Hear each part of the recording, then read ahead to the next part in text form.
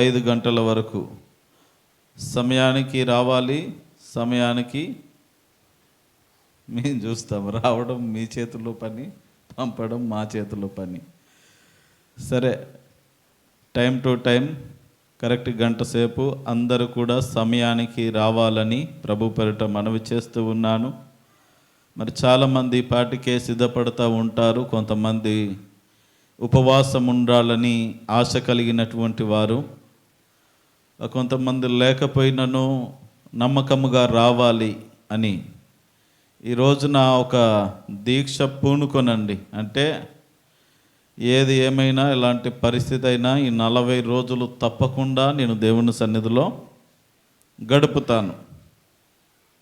ఆ నిద్రమత్తు రాని, జ్వరం రాని, ఏ బాధ రాని ఏంటి, ఖచ్చితంగా దేవుని సన్నిధిలో 40 రోజులు నేను గడుపుతాను అనే ఒక తీర్మానము మన జీవితంలో ఉండాల. చాలామంది ఉపవాసముతో కడుపు కట్టుకొని, అంటే ఉపవాసము చేస్తూ ఈ దీక్షను కొనసాగిస్తారు. ఈ కడుపు కట్టుకొని అంటే ఉపవాసం ఉండి చేసే దీక్ష ఒక ఎత్తు అయితే, అసలు ఫస్ట్ మనసు కట్టుకోవాలా, అంటే మనసులో నిర్ణయం చేసుకోవాలా. ఆ మనసులో పరిపూర్ణమైన నిర్ణయం ఉంటే ఇప్పుడు నిజంగా ఉపవాసం ఉండాలని తీర్మానం చేసుకుంటే భోజనం టైం అయినా ఉపవాసం ఉన్నప్పుడు ఆకలి అనిపించదు. ఎందుకంటే మనము ఫస్ట్ మన మనసును కట్టుకున్నాం కనుక, మన మనసులో నిర్ణయం చేసుకున్నాం కనుక, మన మైండ్లో ఆలోచన పెట్టుకున్నాం కనుక ఆకలి ఉండదు, దప్పిక ఉండదు. దేవుని సన్నిధిలోనే మనము గడుపుతూ ఉంటాం. ఆ రీతిగా ఒక తీర్మానముతో ఉండండి. ఒకవేళ పోయిన సంవత్సరాల్లో అలా తీర్మానం చేసుకొని వెనుకబడినటువంటి వాళ్ళు ఒకవేళ ఉంటే, ఈ సంవత్సరమైన దేవుడు మనకు మరల అవకాశం ఇచ్చాడు కదా. కాబట్టి ఈ మీకున్నటువంటి పరిస్థితులను బట్టి, ప్రతికూలమైన ఇబ్బందికరమైన వాతావరణాన్ని బట్టి మీకు మీరే మరి ఈ దీక్షను కొనసాగించడానికి మీరు సిద్ధపడాలని ప్రభు పేరిట మనవి చేస్తూ ఉన్నాను. ప్రభునందు ప్రేమణ దౌంబిడ్లారా, ఈ రోజున ఏర్పాటు చేయబడినటువంటి లేఖన భాగాన్ని మనము ధ్యానం చేద్దాం. అందరూ తీయండి. లూకా సువార్త 9వ అధ్యాయము 23వ వచనము. నాతో పాటు అందరూ చెప్పండి. ఎవడైనను నన్ను వెంబడింప కోరిన ఎడల తన్ను తాను ఉపేక్షించుకొని ప్రతి దినము తన సిలువనెత్తుకొని నన్ను వెంబడింపవలెను. ప్రతి దినము తన సిలువనెత్తుకొని నన్ను వెంబడింపవలెను. మరొకసారి, ప్రతి దినము తన సిలువ ఎత్తుకొని నన్ను వెంబడింపవలెను. యేసుక్రీస్తు ప్రభుల వారు ఈ మాట చెప్తా ఉన్నాడు. ఎవరితో చెప్తున్నాడు? అదే వచనం స్టార్టింగ్ లైన్ చదవండి. మరియు ఆయన అందరితో, శిష్యులతో కాదు, పాస్టర్లతో కాదు, నాయకులతో కాదు, ప్రజలందరితో మాట్లాడుతున్నటువంటి మాట ఇది. ప్రేమణ దోంబిడ్లారా, ఈ మాట మరి మాట్లాడుటకు ముందుగా జరిగిన సందర్భంలో మనం గమనించినట్లయితే, ఈ లూకా సువార్త 9వ అధ్యాయం మొదటి నుండి కూడా యేసు ప్రభుల వారు తన 12 మంది శిష్యులను పిలిచి వారికి మంచి వరములనిచ్చి, శక్తినిచ్చి, సేవకై వారిని సిద్ధపరిచి, మీరు వెళ్ళి ప్రకటించండి, ఇదిగో దయ్యాలను వెళ్ళగొట్టండి, రోగులను స్వస్థపరచండి, ఎక్కడికి వెళ్ళినా మీరు ఉచితంగా సేవ చెయ్యండి, నమ్మకంగా సేవ చెయ్యండి, నా కొరకు నమ్మకంగా నిలబడండి, గట్టిగా పరిచర్య చేయండి అంటూ చెప్పి పంపిస్తున్నటువంటి సందర్భాన్ని మనం మొదటి 6 వచనాల్లో మనం గమనించగలుగుతాం. తర్వాత మనం గమనించినట్లయితే యేసు ప్రభుల వారు 5 రొట్టెలు 2 చేపలు 5,000 మందికి ఆహారం పెట్టినటువంటి సందర్భం కూడా ఈ అధ్యాయములో ఉన్నది. 5 రొట్టెలు 2 చేపలు 5,000 మందికి పంచిన తర్వాత మరలా 12 గంపల ఆహారము సమృద్ధిగా మిగులుబాటైంది.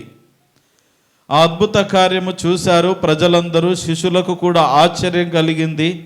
ఏంటి, ఉన్నవి 5 రొట్టెలు ఉన్నవి 2 చేపలు 5,000 మందికి పంచిపెట్టగా మరలా ప్రతి వారు పట్టుకున్నటువంటి 12 శిష్యులు పంక్తులుగా కూర్చోబెట్టి భోజనాలు వాళ్ళు వడ్డిస్తున్నటువంటి తరుణంలో ప్రేమణ దోంబిడ్లారు జ్ఞాపకం చేసుకున్నట్లయితే ఆ 12 గంపలు మరలా సమృద్ధిగా ఆహారము నిల్వ ఉన్నది. ఇలాంటి తరుణంలో ఇక ప్రభుల వారు చేసిన అద్భుత కార్యము ప్రజల మధ్యలోనికి వెళ్ళిపోయింది. ఏమంటే ఒక గొప్ప అద్భుతం జరిగినప్పుడు ఎలా మాట్లాడుకుంటా ఉంటారు, అబ్బా అక్కడ ఎంత బాగా జరిగింది, అలా ఎలా జరిగింది. ఒకరిద్దరు మాట్లాడుకుంటేనే పెద్ద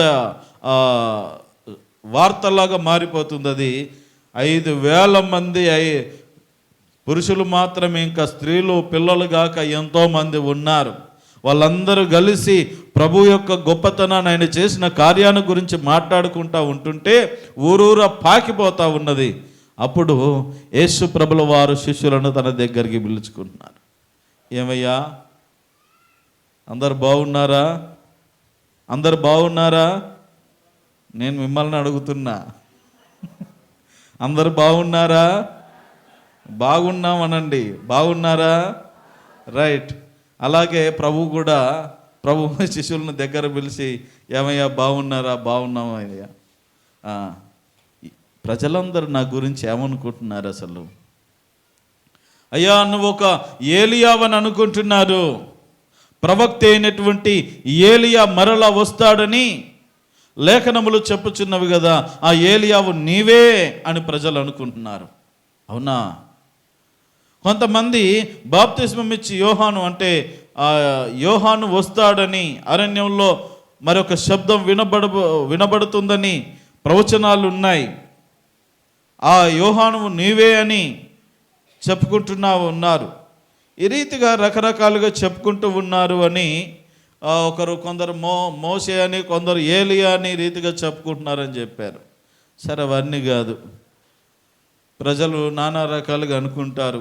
ఎవరికి ఇష్టం వచ్చింది వాళ్ళకు తెలియనందున, కొన్నిసార్లు అర్థం కానందున ఏది పడుతుంది అనుకుంటారు. మీరు నాతో పాటు ఉన్నారు, నాతో తిరుగుతూ ఉన్నారు, నాతో గడుపుతూ ఉన్నారు, నాతో అనునిత్యము సహవాసము నన్ను అంటుకొని నన్ను వెంబడిస్తూ ఉన్నారు. అయితే ఇప్పుడు మీరేమనుకుంటున్నారు? అసలు నువ్వేమనుకుంటున్నావు చెప్పండి. అసలు మీరేమనుకుంటున్నారు? మనాళ్ళకి మతిపోయింది. ఇదేంది అందరి గురించి చెప్పంటాడంటే, మనం అందరి ముచ్చట్లు భలే చెప్తాము. పక్కనింటి వాళ్ళది, ఆ ఇంటి వాళ్ళది, ఈ ఇంటి వాళ్ళది, పక్కన వాళ్ళ ముచ్చట్లన్నీ భలే చెప్పుకుంటూ వస్తాం. వాళ్ళ బాగోగులన్నీ భలే చెప్పుకుంటూ వస్తాం. వాళ్ళ ఇంట్లో జరిగే విషయాలన్నీ మనకు భలే చెప్తూ ఉంటాం. అసలు నీ గురించి చెప్పు. నువ్వు అసలు నీ సంగతి ఏంటి? నువ్వెలా ఉన్నావు? నీ పరిస్థితి ఏంటి? అది నా గురించి నేనేం చెప్పాలా ప్రభు? అసలు నేనేం చెప్పాలా? తడబాటు వచ్చేస్తాం. మన గురించి మనకు చేత కాదు. మన గురించి మనము ఒకరు చెప్పుకోలేము. మనది ఎక్కడ పెట్టం కానీ మంది తీసుకొచ్చి ఉన్న వాళ్ళందరికీ చెప్పుకుంటూ తిరిగేటటువంటి స్వభావాలు మనలో ఉంటాయి. జాగ్రత్త. అలాంటి పరిస్థితి మన జీవితంలో ఉండకూడదు. అది మంచి పద్ధతి కాదు. అయితే జ్ఞాపకం చేసుకుందాం. ఇప్పుడు మీరు చెప్పండి అయ్యా. అప్పుడు యేసు ప్రభుల వారు శిష్యుడి పేతురుని అడిగాడు. పేతురు అయితే చెప్పాడు, అయ్యా నువ్వు సజీవుడవైన క్రీస్తువు అని చెప్పినటువంటి సందర్భాన్ని కూడా మనం చూస్తూ ఉన్నాం. నువ్వు దేవుని క్రీస్తువు అనెను. ఆయన ఇది ఎవరితోనూ చెప్పవద్దని వారికి ఖండితముగా. రైట్, వెరీ గుడ్ అయ్యా. నువ్వు గుర్తించావు, నువ్వు గ్రహించావు. ఆ గ్రహింపు ఎవరికి వారికి వ్యక్తిగతంగా రావాలి. నువ్వు చెప్పేది ఇది ప్రచారం చేయకూడదు, కానీ నీ మైండ్లో పెట్టుకో, నీ మనసులో పెట్టుకో. నువ్వు అదే ఫిక్స్ అయిపో. నువ్వు గ్రహించావు, నిజాన్ని గ్రహించావు అని చెప్పి అతన్ని అభినందించి అప్పుడు యేసు ప్రభుల వారు ఈ మాట చెప్తూ ఉన్నాడు. 22వ వచనం, మనుష్య కుమారుడు బహుశ్రమలు పొంది పెద్దల చేతను ప్రధాన యాజకుల చేతను శాస్త్రుల చేతను విసర్జింపబడి చంపబడి 3వ దినమున లేచుట అగత్యమని చెప్పెను. ప్రేమన దోంబిడ్లారా, జ్ఞాపకం చేసుకోండి. ఈ రీతిగా మీరు అనుకుంటున్నారు కదా నేను క్రీస్తునని. క్రీస్తు అంటే అభిషిక్తుడు, దేవుని ద్వారా అభిషేకించబడి ఆ పరలోకమును వీడి లోకమునకు వచ్చిన రక్షకుడైన క్రీస్తు, యేసు క్రీస్తు అని వాళ్ళు విశ్వసించారు, దేవుడని నమ్ముతున్నాడు. అయితే ఈ దేవుణ్ణి మీరు వెంబడిస్తున్నారు, ఈ దేవుని మీరు గుర్తించారు. ఈయన మరికొన్ని రోజుల్లో శ్రమలు అనుభవించవలసి ఉన్నది. పెద్దలు అధికారుల చేత ద్వేషింపబడవలసి ఉన్నది, నిరాకరించబడవలసి ఉన్నది, మరణముందవలసి ఉన్నది. అయితే నేను శ్రమ అదే విధంగా మీరు కూడా శ్రమ పడవలసినటువంటి పరిస్థితులు వస్తాయి. అయితే ఇప్పుడు చెప్తా ఉన్నాడు ప్రభువు, అందరితో చెప్తా ఉన్నాడు, ఎవడైనా నన్ను వెంబడించగోరిన ఎడల తన్ను తాను ఉపేక్షించుకొని, ఉపేక్ష అంటే కోరికలు కలుగజేసుకోవడం అంటే నాకు అది కావాలి ఇది కావాలని మనం ఆశిస్తూ ఉంటాం చూడండి. ఆ కోరిక ఉపేక్షించుకోవడం అంటే మనకున్నటువంటి కోరికలను, మనకున్నటువంటి ఆలోచనలను, మన శరీరానికి ఇష్టమైనటువంటివి వాటన్నిటినీ చంపివేసి మనలో ఉన్నటువంటి ఆ చెడుతనమంతా, ఆ వ్యర్థమైనటువంటి కోరికలన్నిటినీ త్యజించి దేవుని కొరకు మరి జీవిస్తూ ఆయనను వెంబడించేటటువంటి తత్వం అన్నమాట. కాబట్టి ప్రేమణ దోంబిడ్లారా, జ్ఞాపకం చేసుకుందాం. మనకి ఏ ఉద్దేశాలున్నా కొన్నిసార్లు మన శరీరంలో అనేక ఆలోచనలు వస్తూ ఉంటాయి, అనేక విధమైన తలంపులు వస్తూ ఉంటాయి. వాటన్నిటిని మనం విసర్జించంటే ఈ లోకానుసారమైనటువంటి జీవితాన్ని జీవించేటటువంటి ఆ తత్వము కలిగిన ఆలోచనలు, ఆ ఉద్దేశములు ఏవైతే ఉన్నాయో వాటన్నిటిని విసర్జించి దేవుని కొరకు నమ్మకంగా నిలబడతాను, కష్టమైన నష్టమైన చావైనా బ్రతకైనా నేను ప్రభు కొరకు నిలబడతాను అని తీర్మానము చేసుకొని ఆయన సిలువనెత్తుకొని వెంబడించడం. మరి సిలువనెత్తుకొని వెంబడించడం, సిలువ అంటే ఏంటి? సిలువ శ్రమలకు సాదృశ్యముగా ఉన్నది. సిలువ అంటే శ్రమలకు సాదృశ్యముగా ఉన్నది. ప్రేమణ దోంబిడ్లారా, జ్ఞాపకం చేసుకుందాం. ఈ యొక్క సిలువ అనగానే మన జీవితంలో ఎదురయ్యే సమస్యలు, కష్టాలు, కన్నీళ్ళు, వాటి మధ్యలో మనకు ఎలాంటి ప్రతికూలమైన పరిస్థితులు ఎదురైనా, ఎన్ని పరీక్షలు ఎదురైనా ఆ సిలువ మోస్తూనే మనము ముందుకు వెళ్ళాలి. ఆ శ్రమల సంద్రములోనే మనము ముందుకు సాగాలి. ఆ కష్టాల కొలిమిలోనే మనము ముందుకు నడవాలి. ప్రభు కొరకు గట్టిగా నిలబడాలి. అది సిలువ మోయడం అంటే.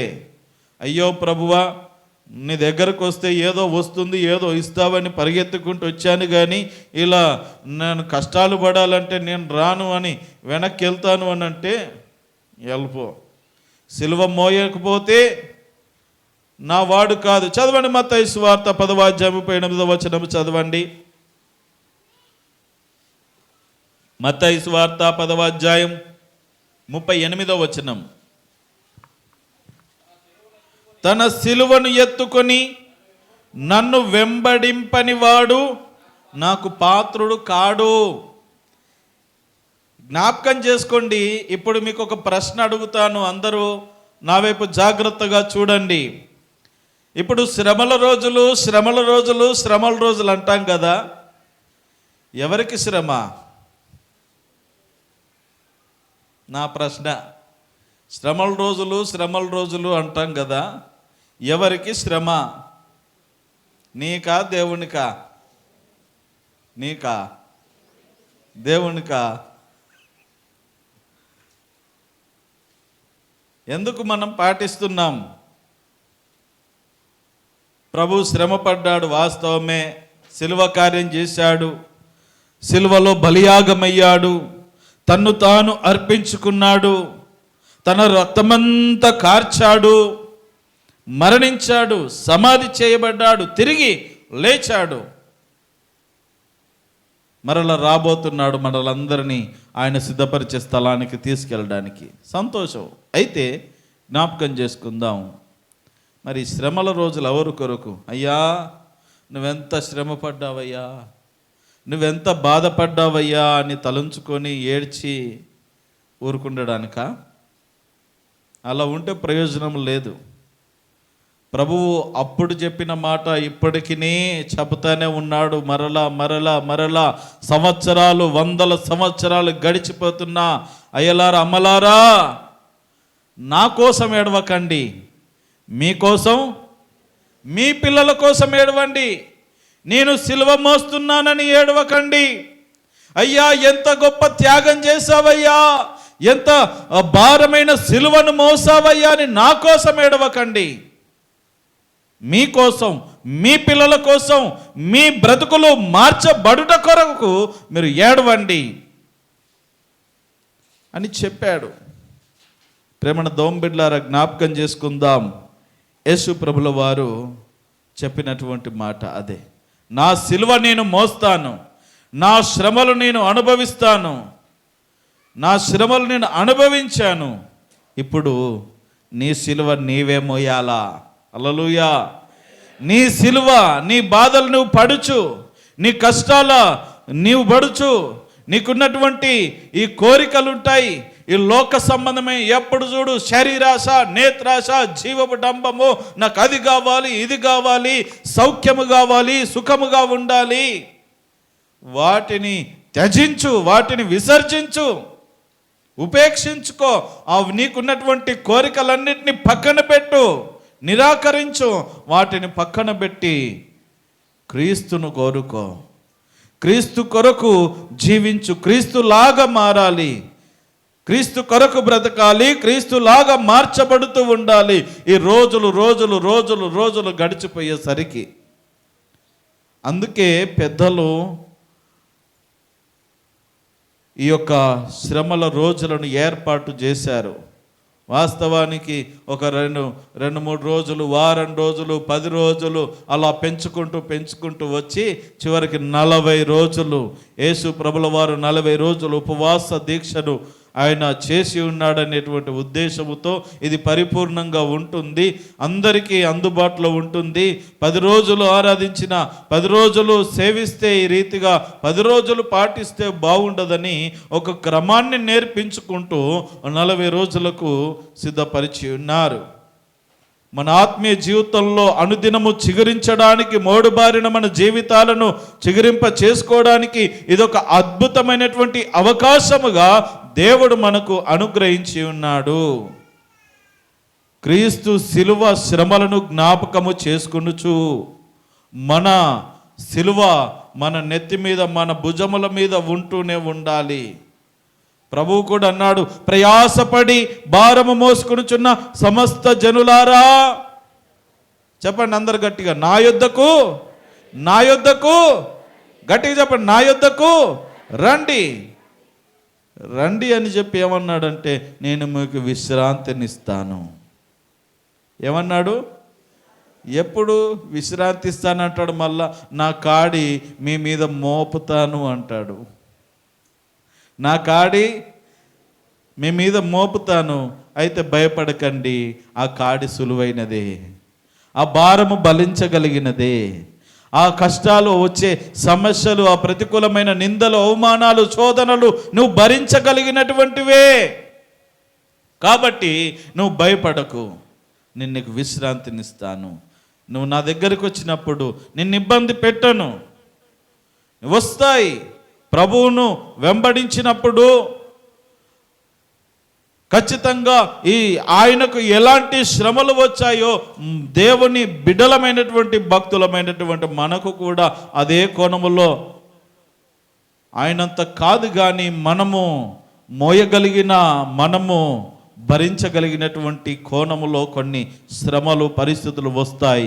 వాటిని మనము మోయిచు, ఆ సిలువ శ్రమలను మనము మోయిచు మన సిలువనెత్తుకొని ముందుకు సాగాలి. యేసుప్రభుల వారు మీ అందరికీ గుర్తుండి ఉంటుంది. యేసుప్రభుల వారు ఆ సిలువ మోసుకొని ఆ గొల్గొతా కొండ మీదకి నడుచుకుంటూ వెళ్తున్నటువంటి సందర్భంలో ఒక చోట వీళ్ళు ఆయన నడుస్తూ ఉంటుంటే వీళ్ళు మరీ ఇష్టం ఉన్నట్టుగా కొడుతూ ఉంటే తూలి కింద పడ్డాడు. వెంటనే కొంచెం మలిసిపోయాడు. ఇంకొకరిని పిలిచి ఆ సిలువనెత్తుదామనేసి అక్కడ వెలిచి కురేనుడు అనేటువంటి సీమోన్ అనేటువంటి వ్యక్తి మార్గ మధ్యలో వెళ్తూ ఉంటాడు. వాడిని పట్టుకొచ్చి రేయ్ సిలువను మోయు అనేసి అతని మీద పెట్టారు.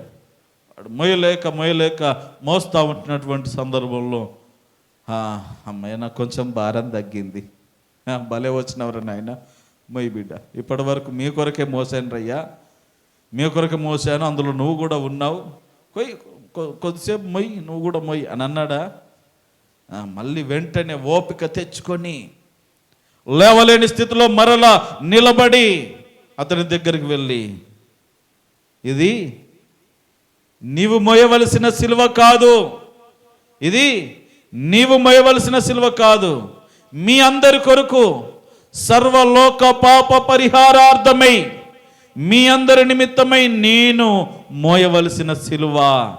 నీ సిలువ వేరే ఉన్నది నాయనా, అయ్యా అమ్మా నీ సిలువ వేరే ఉన్నది, అది నువ్వు మోయాలి.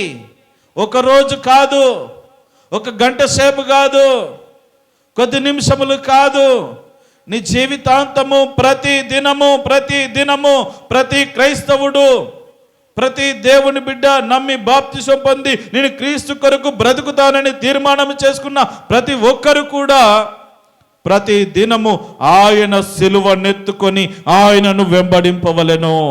దేవునికి మహిమ కలుగును గాక. హల్లెలూయా. వెనకాల చేతులు లేస్తలేవమ్మా. హల్లెలూయా. రెండు చేతులు పైకెత్తండి. Praise lord. చింతించండి, జాగ్రత్తగా గమనించండి. వాక్యం ఏం చెప్తా ఉన్నదంటే, తన సిలువను ఎత్తుకొని నన్ను వెంబడింపని వాడు నాకు పాత్రుడు కాడు. అంటే ఆయనకు పాత్రుడు కావాలంటే, ఆయనకు ఇష్టమైన వాడు కావాలంటే, ఆయనకు ఇష్టముగా మన జీవితం ఉండాలంటే మనము మన సిలువనెత్తుకొని మోయిచు ఆ ప్రభు వైపు చూస్తూ ముందుకు వెళ్ళాలి. సిలువ ఎత్తుకున్నప్పుడు మనకు భారముగా అనిపిస్తుంది.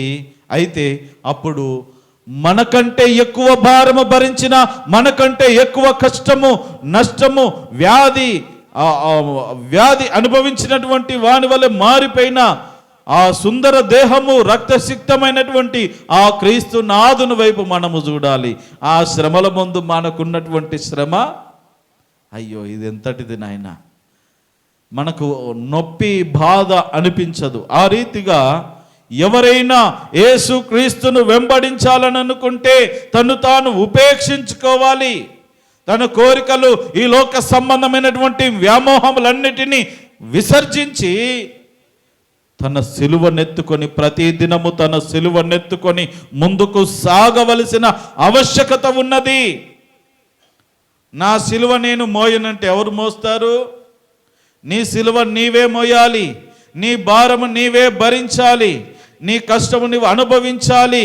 వాటి మధ్యలో నువ్వు ముందుకు సాగాలి. దేవుడు నీ పక్షాన నిలబడతాడు.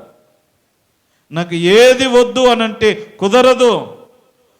నాకు రోగం పోవాలి కానీ ఇంజక్షన్ వద్దు, నాకు సెలైను వద్దు అనంటే నీకు ఆ వ్యాధికి తగినటువంటి పరిష్కారము, స్వస్థత దొరకదు. కాబట్టి ప్రేమన దౌంబిడ్లారా, నొప్పి ఉంటేనే ఏదైనా దాని తర్వాత చికిత్స అనేటటువంటిది ఉన్నది. కాబట్టి జ్ఞాపకం చేసుకుందాం, తన సిలువనెత్తుకొని నన్ను వెంబడించాలి. ఒకవేళ అలా వెంబడించకపోతే నా పాత్రుడు కాడు. అందుకని జ్ఞాపకం చేసుకోవాలి ప్రేమన దౌంబిడ్లారా. అందుకే వ్రాయబడినది ఇక్కడ, ఎవడైనా నన్ను వెంబడింపగోరిన ఎడల తను తాను ఉపేక్షించుకొని ప్రతి దినము తన సిలువను, ఎవరి సిలువను? తన సిలువను, నీ సిలువను నీవే ఎత్తుకొని నువ్వు నడవాలి, ఎత్తుకొని నన్ను వెంబడింపవలనని వాక్యము సెలవిస్తూ ఉన్నది. దేవునికి మహిమ కలుగును గాక. గలతీయులకు రాసిన పత్రిక 2వ అధ్యాయం 20వ వచనం. గలతీయులకు రాసిన పత్రిక 2వ అధ్యాయము 20వ వచనము చదవండి. నేను క్రీస్తుతో కూడా సిలువ వేయబడి ఉన్నాను, ఇకను జీవించువాడను నేను కాను, క్రీస్తే నాయందు జీవించుచున్నాడు. జాగ్రత్తగా వినండి. ఈ మాట ఎవరు చెప్తా ఉన్నారు? అపోస్తలుడైన పౌలు చెప్తా ఉన్నాడు. ఏమంటున్నాడు ఇక్కడ? మాట గమనించండి. నేను క్రీస్తుతో కూడా సిలువ వేయబడ్డాను అన్నాడు. ఏమన్నాడు? నేను క్రీస్తుతో కూడా సిలువ వేయబడ్డాను.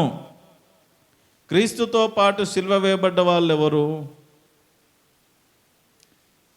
క్రీస్తుతో పాటు సిలువ వేయబడ్డ వాళ్ళు ఎవరు? దొంగలు. మరి ఆ దొంగల్లో పౌలు ఒకడు అంటారా? పౌలు ఉన్నాడా? అప్పటికి యేసు ప్రభు అంటేనే తెలీదు. తర్వాత సంఘము స్థాపించబడినాక యేసు ప్రభు అంటే ఒక మంట.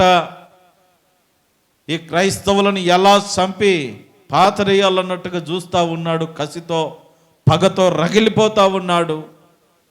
ఈ వ్యక్తి అంటున్నాడు, నేను క్రీస్తుతో కూడా సిలువ వేయబడి ఉన్నాను. ఆయన సిలువ వేయబడినప్పుడు ఈయన ఆడున్నాడో మరి ఎలా సాధ్యం అది? ప్రేమణ దోంబిడ్లారా, జ్ఞాపకం చేసుకుందాం. ఈయన కూడా సిలువ వేయబడిన వాడే. ఈయన సిలువ, తన సిలువ తానే వేసుకున్నాడు. తన జీవితంలో తన పాపాలను, తనకున్నటువంటి తను చేసిన నేరములన్నీ ఒప్పుకొని విడిచిపెట్టి ఆ సిలువలో తను కూడా చనిపోయాడు. ఈ రోజున విశ్వాసులముగా మనము కూడా అదే స్థితిని పోలి ఉన్నాం.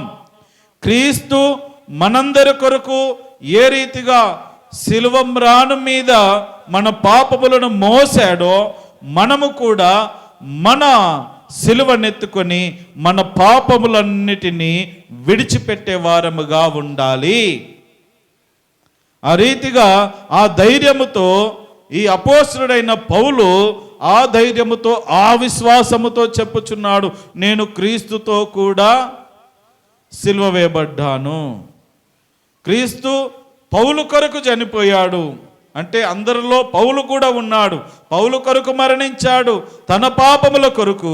ఈయన కూడా తన పాపములను తాను సిలువలో పెట్టేసి చంపేశాడు.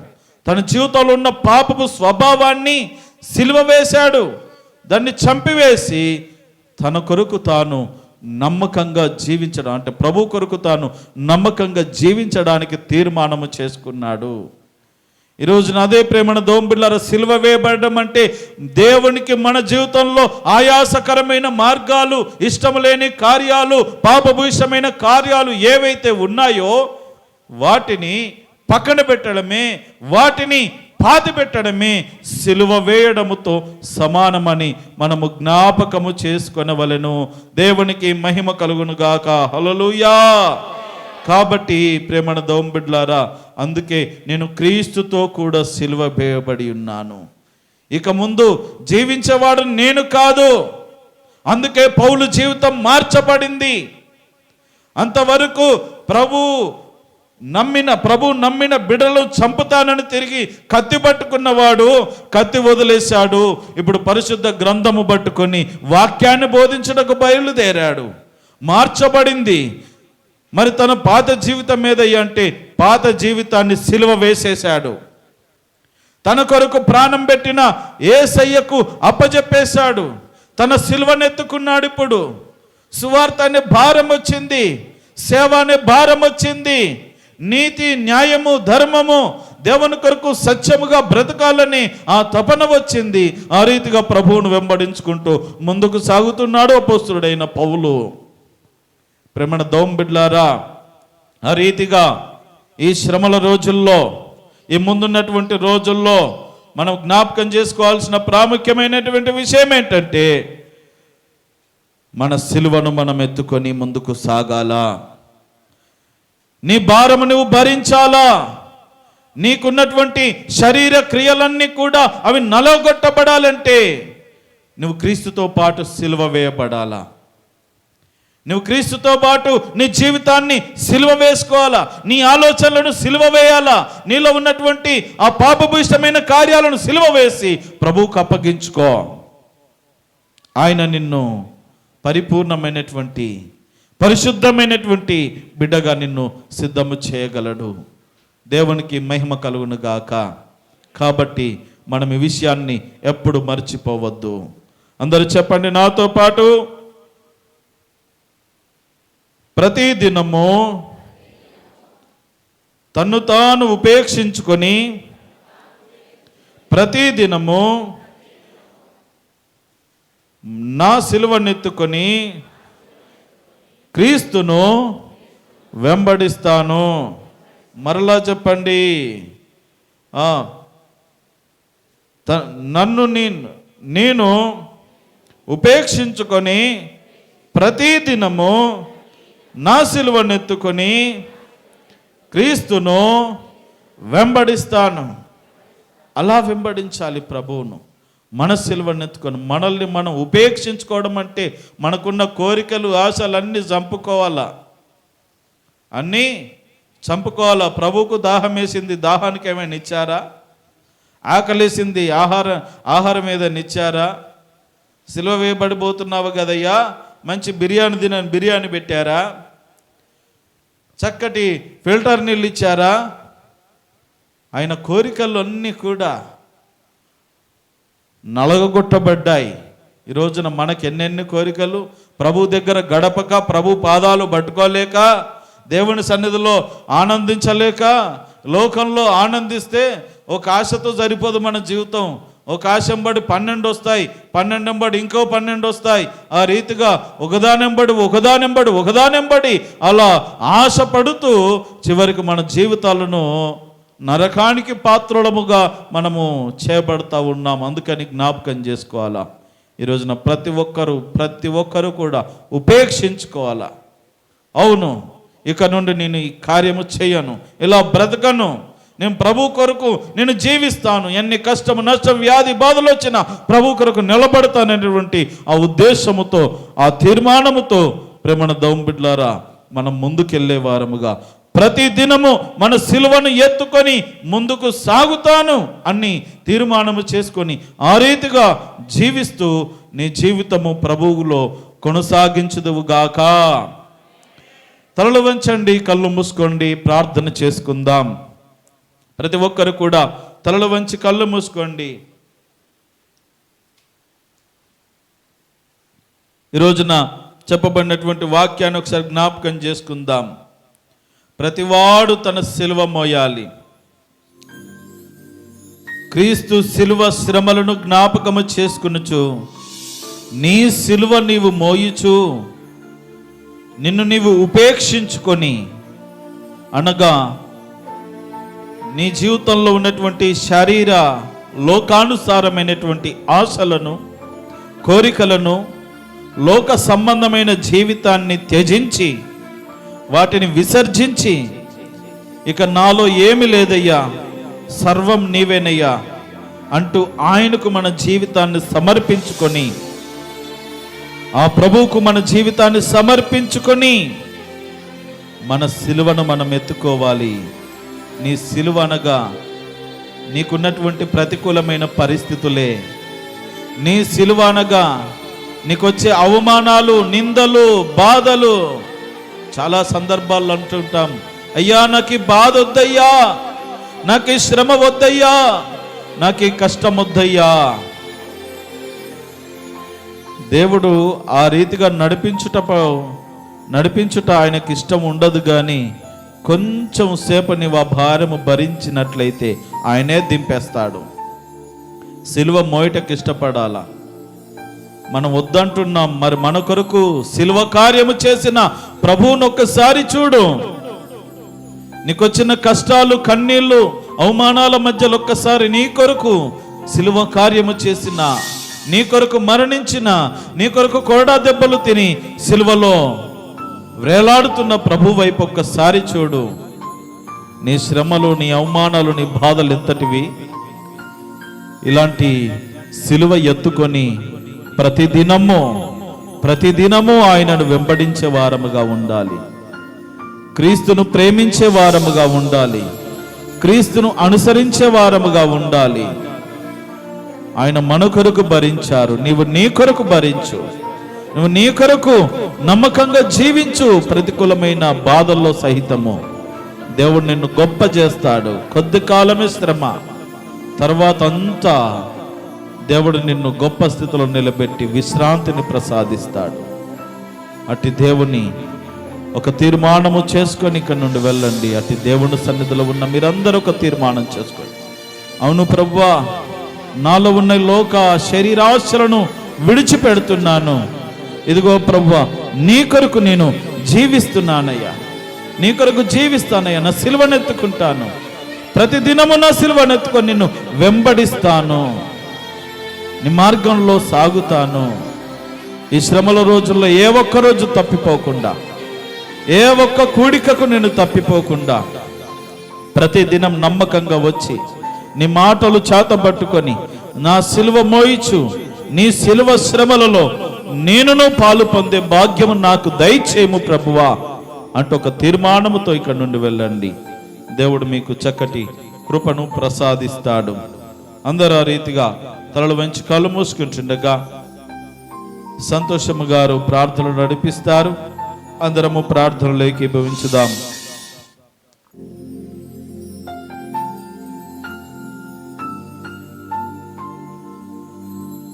ప్రార్థన చేసుకున్నాం. సర్వశక్తిమంతుడా, మహాపరిశుద్ధుడా, పరలోకపు తండ్రి, నీ పరిశుద్ధ పాదములకు స్తుతులు, స్తోత్రములు, వందనములు. నాయనా నా తండ్రి, గడిచిపోయిన దినములన్నీ ఆశీర్వదించి బలపరిచి స్థిరపరిచిన దేవా నీకు స్తోత్రాలు. నాయనా నా తండ్రి, నీకే స్తుతులు, స్తోత్రాలు, వందనాలు. నా నాయన ఈ దినము ఆదివారము